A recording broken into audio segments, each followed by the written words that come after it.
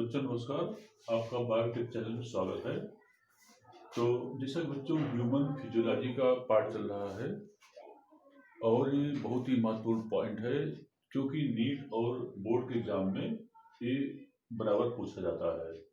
लेकिन और पार्ट 21 है ये। अब आती है कि स्ट्रक्चर ऑफ लार्ज इंटेस्टाइन को स्टार्ट करने के पहले चैनल को सब्सक्राइब कर दीजिए। इससे फायदा होगा कि हर वीडियो आपके पास तक पहुंचता रहेगा और इसको शेयर कर दीजिए। इससे फायदा होता है कि आपके और जो परिचित होंगे उनके पास तक ये वीडियो पहुंचता रहेगा। लेकिन है बहुत इंपॉर्टेंट वीडियो क्योंकि लार्ज इंटेस्टाइन जो है ये एलिमेंट्री कैनाल का जो होता है इंटेस्टाइन का लास्ट पार्ट होता है। हालांकि लार्ज इंटेस्टाइन में भोजन का डाइजेशन नहीं होता है वो, क्योंकि इसमें जो होता है क्या वो इसमें डाइजेस्टिव एंजाइम जो होता है वो नहीं पाए जाते हैं। अब आती है कि ये जो होता है माने यहीं पर ये देखिए यहाँ पर इलियम पोर्शन हो गया।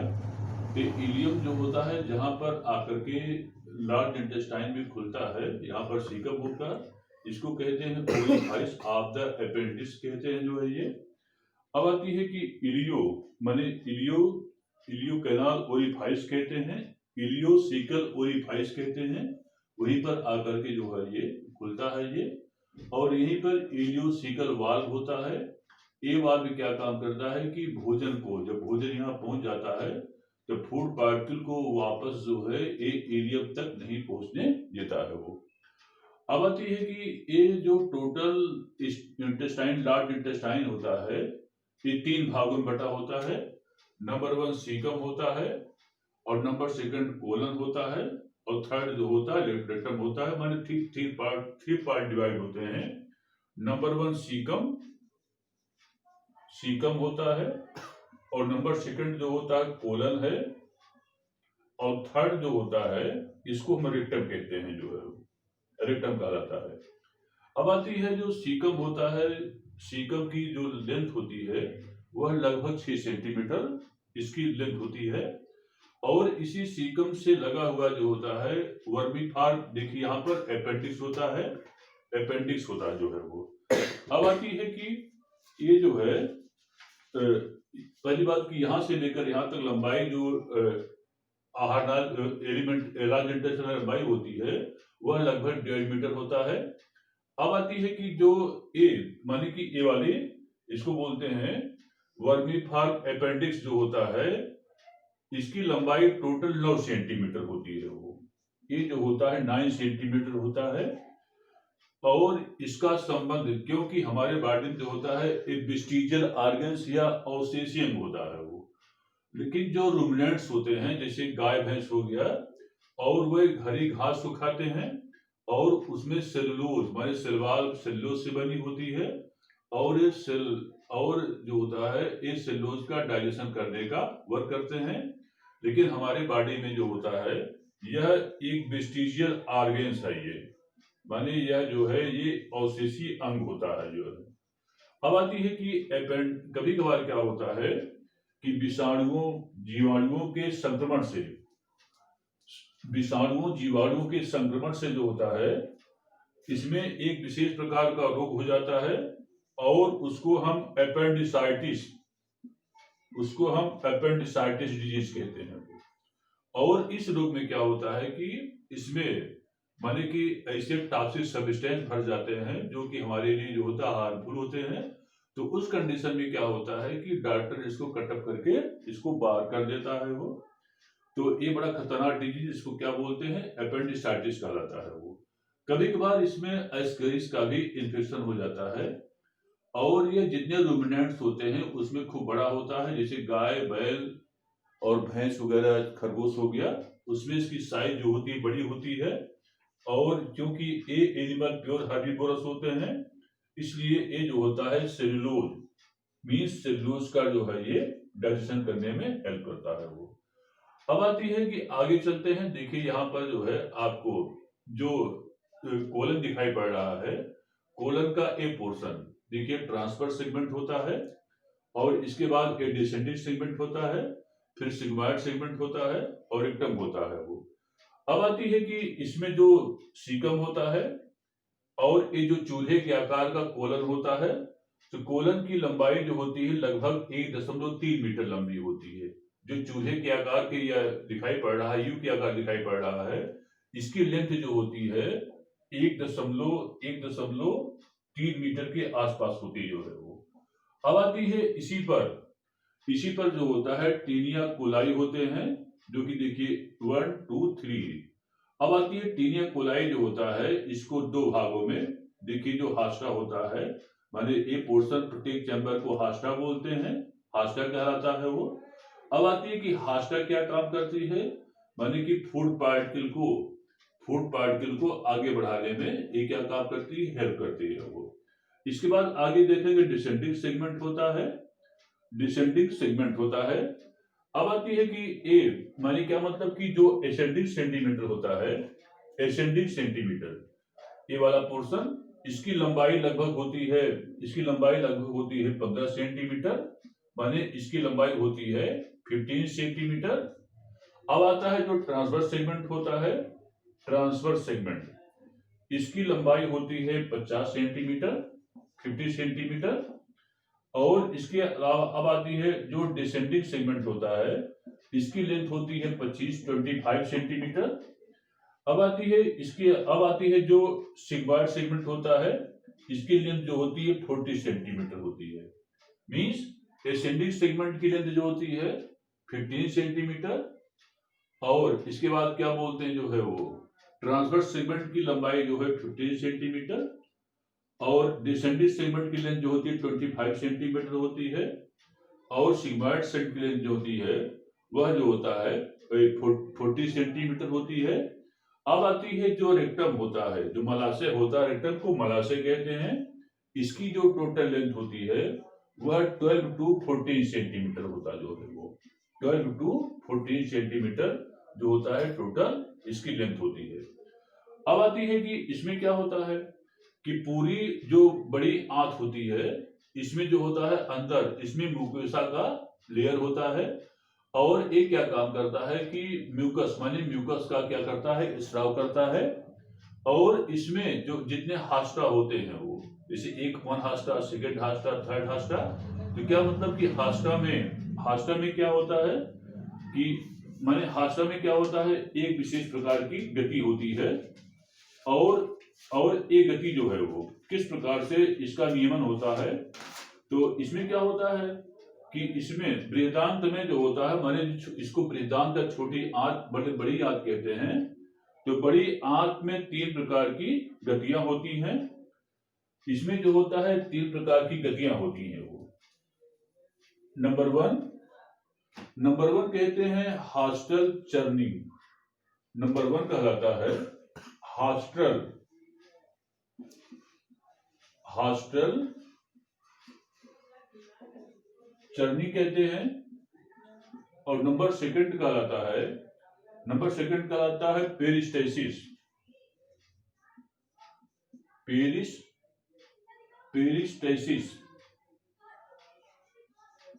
Number second. और नंबर थर्ड कहलाता है मास पेरिस्टेसिस।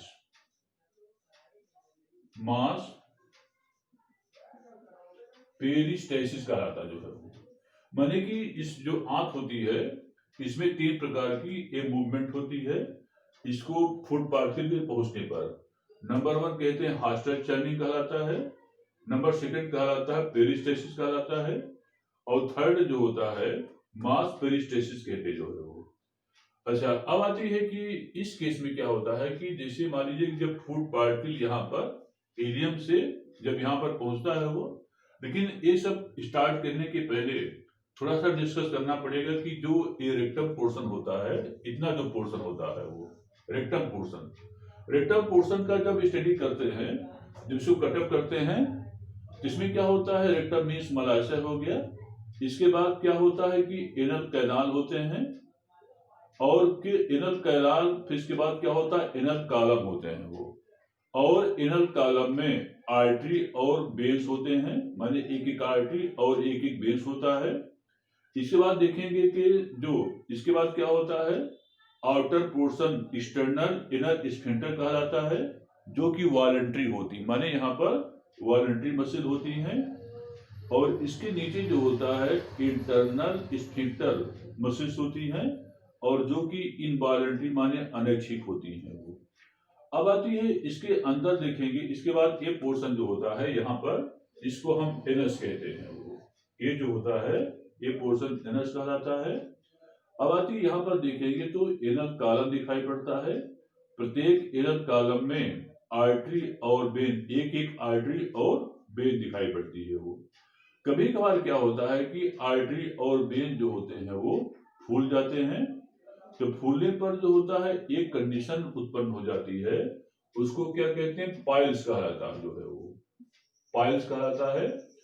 तो पाइल्स में क्या होता है कि माने कि इसमें क्या होता है कि ब्लड वेसल जो होते हैं वह फट जाती हैं, और टॉयलेट के समय जो होता है ये क्या होता है कि यहाँ से ब्लीडिंग होती है वो, और ब्लड जो होता है बूंद बूंद कर करके बाहर निकलता है, तथा बच्चों इसमें पेन होती है वो। और इसको क्या बोलते हैं, इसको बोलते हैं पाइल्स, या इसको बवासीर कहलाता है। तो इस केस में क्या होता है कि डॉक्टर इसको ऑपरेट करके ये सही कर देता है वो। हालांकि ये जो होती है थोड़ी सी प्रॉब्लमेटिक बीमारी होती है, लेकिन तो भी इसका by the operate and by the homeopathic method से इसको सही किया जा सकता है वो। तो इतना जो पोर्शन होता है इसको क्या बोलते हैं वो, एरेक्टम का पोर्शन होता है वो। अब आती है कि जिस समय हम इसके माने कि आंत के हम मैकेनिकल फंक्शन की बात करते हैं, आंत के मैकेनिकल फंक्शन,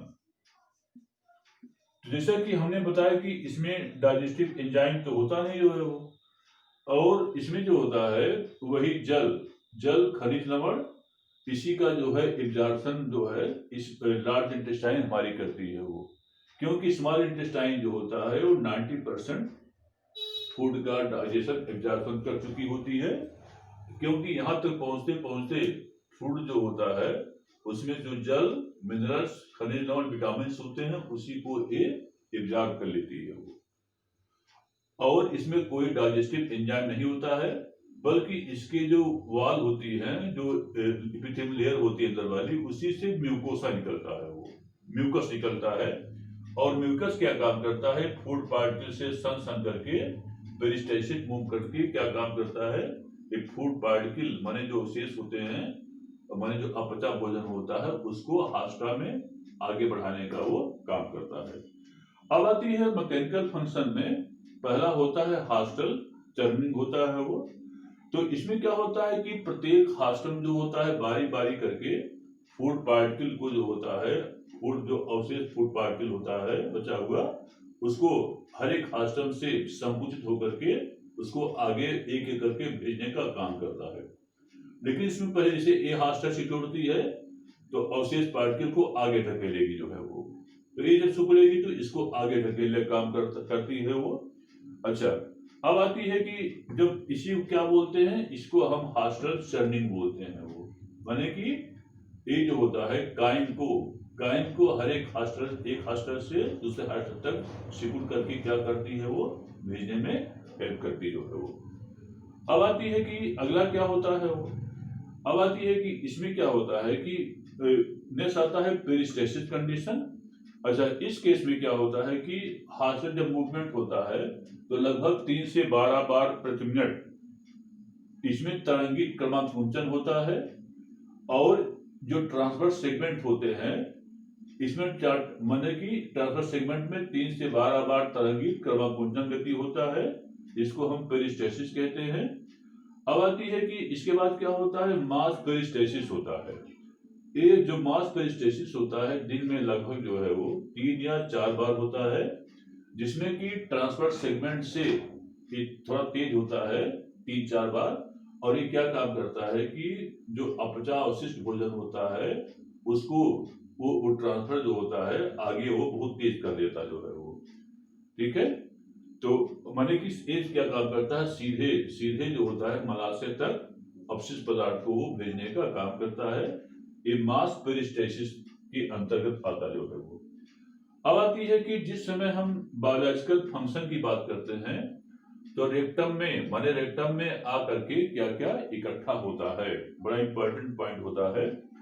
तो जिस समय माने कि इसमें क्या होता है, तो इसमें क्या क्या होता है वो, तो इसमें अपचा भोजन, अपचा भोजन में माने क्या मतलब कि इसमें जीवाणु के एक्टिविटी से क्या होता है कि जो ब्राउन माने कि जो बाइल होते हैं, हीमोग्लोबिन होते हैं, वो सब टूट जाते हैं और इसमें स्टरकोबिलिन माने जो हमारा मल होता है उसमें स्टरकोबिलिन और यूरोबिलिन, ठीक है, ये सब पिगमेंट होते हैं जिसके कारण हमारा मल जो है वो भूरे कलर का होता है और जीवाणु के फर्मेंटेशन कारण जो होता है इसमें क्या होती है वो मल मतलब मल में जो होता है वो आती है वो। अब आती है कि इसमें जो काइम होता है माने लार्ज इंटेस्टाइन में काइम जो है लगभग 3 से 10 घंटे तक रुकता है वो और लगभग 150 से 250 ml अवशिष्ट पदार्थ को हम डेली बाहर निकालते हैं। तो बच्चों इतना रहा जिसके बारे में वो लार्ज इंटेस्टाइन के बारे में रहा। बच्चों थैंक यू, इतना इसमें है वो जो है वो अगला आएगा सांघीकरण आता जो है वो। बच्चों बहुत इंपॉर्टेंट से लाइक करना न भूलिएगा। धन्यवाद।